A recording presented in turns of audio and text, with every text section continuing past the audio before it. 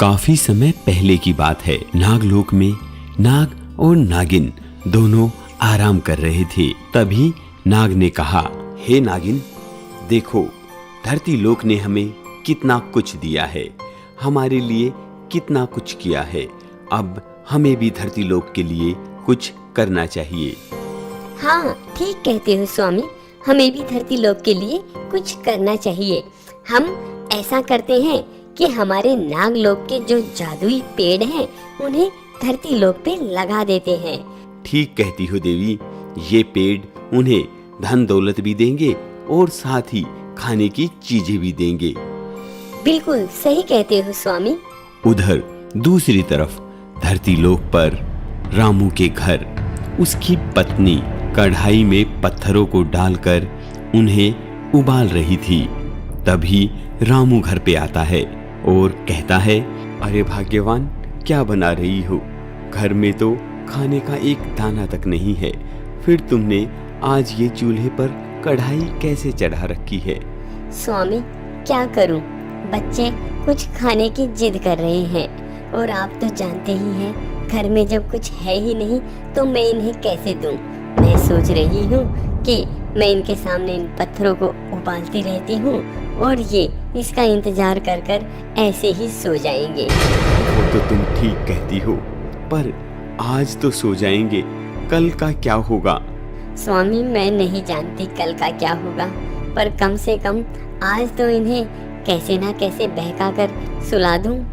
तुम ऐसा करो, लाओ मुझे बाल्टी ला कर दो, मैं नदी से पानी लेकर आता हूँ और रास्ते में देख लूंगा, अगर कुछ खाने का कोई पेड़ पौधा या कहीं पर कोई फल फ्रूट मिला तो जरूर लेता आऊंगा। हाँ स्वामी, ये लो। ऐसा कहते हुए रामू की पत्नी रामू को बाल्टी दे देती है। रामू बाल्टी लेकर नदी की तरफ चला जाता है। इधर दूसरी तरफ नाग और नागिन आकर उन दोनों जादुई पेड़ों को धरती पर लगा देते हैं और कहते हैं, सुनो नागलोक के जादुई पेड़ों, तुम्हें जो भी अच्छा इंसान, ईमानदार इंसान मिले, जो भी जरूरतमंद हो, उसकी जरूरत को पूरा करना है। और ऐसा कहकर नाग और नागिन दोनों वापस नागलोक में लौट जाते हैं। इधर रामू जब बाल्टी भरकर पानी लेकर आ रहा था तो उसे वो अकेले में दो पेड़ दिखते हैं। इन पेड़ों को आखिर पानी कौन देगा? वैसे भी इतनी गर्मी है तो मैं क्यों ना ये जो पानी लाया हूँ इन पेड़ों में दे देता हूँ। ऐसा सोचते हुए रामू बारी बारी दोनों पेड़ों में पानी दे देता है। तभी उन जादुई पेड़ों पर एक पर तो हीरे जवाहरात और पैसे लग जाते हैं तो दूसरे पर फल लग जाते हैं। ये क्या?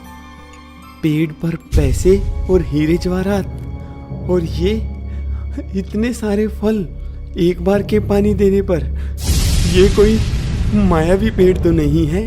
तभी पेड़ों के अंदर से आवाज आती है, नहीं रामू, हम मायावी पेड़ नहीं हैं, हम जादुई पेड़ हैं और हम तुम्हारा भला करने के लिए आए हैं। तुम इतने अच्छे इंसान हो, तुमने हमें पानी दिया तो हमने सोचा हम भी तुम्हें कुछ दे देते हैं, जो तुम्हारा दिल चाहे वो ले लो। तभी रामू एक पेड़ पर से थोड़े से पैसे तोड़ लेता है तो दूसरे पेड़ से एक दो फल ले लेता है। तभी पेड़ के अंदर से फिर से आवाज आती है, रामू, तुम जितना चाहो उतना ले सकते हो, हम तुम्हें मना नहीं करेंगे। नहीं, मेरे लिए इतना ही काफी है, इससे मेरे बच्चों का पेट भर जाएगा और ये जो थोड़े से पैसे हैं इतने मेरे पास काम नहीं आता, इतने इनसे गुजारा हो जाएगा। उसके बाद मेरे पास काम आने लगेगा तो मैं अपना गुजारा खुद कर लूंगा। रामू, तुम बहुत ईमानदार हो, अगर तुमने लालच दिखाया होता तो तुम यहीं पर राख के ढेर में बदल जाते। रामू वहां से पैसे और फल लेकर अपने घर आ जाता है। तभी उसका एक पड़ोसी उसे देख रहा होता है। रामू के पास पैसे और फल, ये कंगला कल तक तो हमसे ही पैसे मांग रहा था, आज इसके पास इतने पैसे कहाँ से आ गए? ऐसा सोचते हुए उसके पड़ोसी अपने 3-4 साथियों के साथ में आकर और उसके घर पर हमला बोल देता है। वो डंडों के साथ होते हैं तो रामू डर जाता है और वो रामू से कहते हैं, ओ कंगले, हमें भी बता, कहाँ से लेकर आया है इतने पैसे? क्या तूने किसी के घर में चोरी की है? नहीं भाई, मैंने किसी के घर में चोरी नहीं की। ये पैसे और फल तो मैं जंगल में लगे जादुई पेड़ से लेकर आया हूँ। अच्छा, जादुई पेड़? तो हमें भी तो जरा बता, वो जादुई पेड़ है कहाँ? हाँ भाई, मैं तुम्हें बता दूंगा कि वो जादुई पेड़ कहाँ पर है। तो ठीक है, चलो इसी के साथ चलते हैं।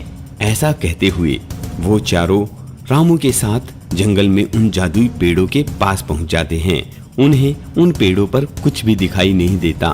तभी रामू उन पेड़ों से प्रार्थना करता है, हे जादुई पेड़, ये मेरे पड़ोसी हैं और मुझे चोर बता रहे हैं।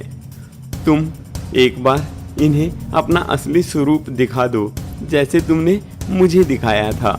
ऐसा कहते ही एक तेज रोशनी के साथ उन दोनों पेड़ों पर पैसे और फल लग जाते हैं। रामू के पड़ोसी लालची तो थे ही, वो उन फलों को और पैसों को देखकर पेड़ों की तरफ भागने लग जाते हैं और खूब सारे पैसे और फल तोड़ने लग जाते हैं। तभी वो पेड़ उन सभी पड़ोसियों को राख के ढेर में बदल देता है। रामू ये देखकर डर जाता है, हे जादुई पेड़, तुमने ये क्या कर दिया? तुमने तो मेरे सारे पड़ोसियों को आग के ढेर में बदल दिया। रामू, ये लालची थे और मैंने तुम्हें पहले भी बताया था, हम जो लालच करता है उसे राख के ढेर में बदल देते हैं।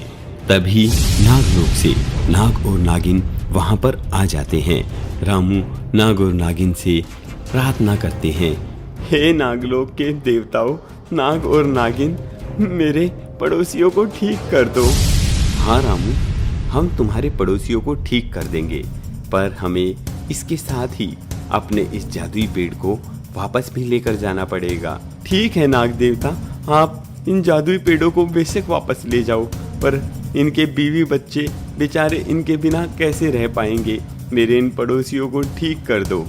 ऐसा कहते हुए नाग और नागिन दोनों पेड़ों को वापस ले जाते हैं और रामू के पड़ोसियों को ठीक कर देते हैं। इसीलिए तो कहते हैं दोस्तों, कुछ लालची लोगों के कारण सही लोगों का भी जीवन अच्छे से नहीं चल पाता है। लालच बुरी बला है जो सिर्फ आपको नुकसान दे सकती है। इसलिए किसी प्रकार के लालच में ना पड़कर अपने जीवन को बिल्कुल अच्छे से व्यतीत करें।